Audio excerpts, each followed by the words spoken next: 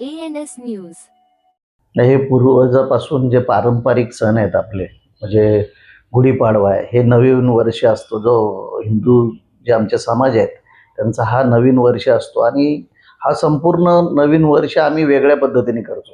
म्हणजे कॅलेंडरचा जो वर्ष असतं तो वेगळा आहे, पण गुढीपाडवा हा हिंदूंचा सर्वात मोठा नवीन वर्ष असतं.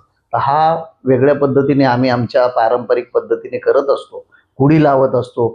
एक नवीन शुभ संकेत असतं की बाबा आपल्या घरी गुढी लावायला पाहिजे. त्याचा एक वेगळा इतिहास आहे त्याचा.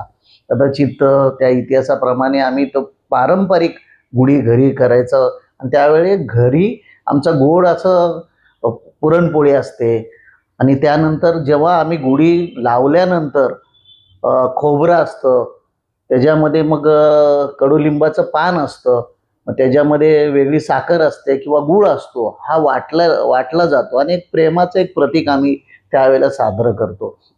त्यानंतर मग रामनवमी आहे. हा एक भारतामध्ये सर्वात मोठा सण आम्ही साजरा करतो. त्यानंतर लगेच मग आपल्याच बांधव आहेत जे मुस्लिम समाजाचा, त्यांचा सण रमजान सण आता 1 महिन्यानी, आता कदाचित 19ला किंवा 20च्या त्यांचा पण एक सण त्यांचा साजरा होईल. कारण 1 महिना कडक उन्हामध्ये त्यांचा एक उपवास असतो आणि त्या उपवासाचा आज ते कदाचित 2 दिवसानंतर 17 किंवा 17 तारीख आज आहे आणि 20 तारखेपर्यंत ते संपेल.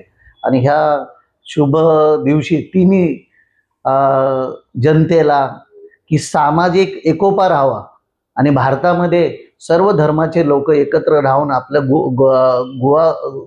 गोविंदाने एकत्र राहून आपले सण सर्व साजरा करावे, असं आमच्या सर्वांची इच्छा असते. दिला की सर्वांचे एकोपाने राहायला पाहिजे.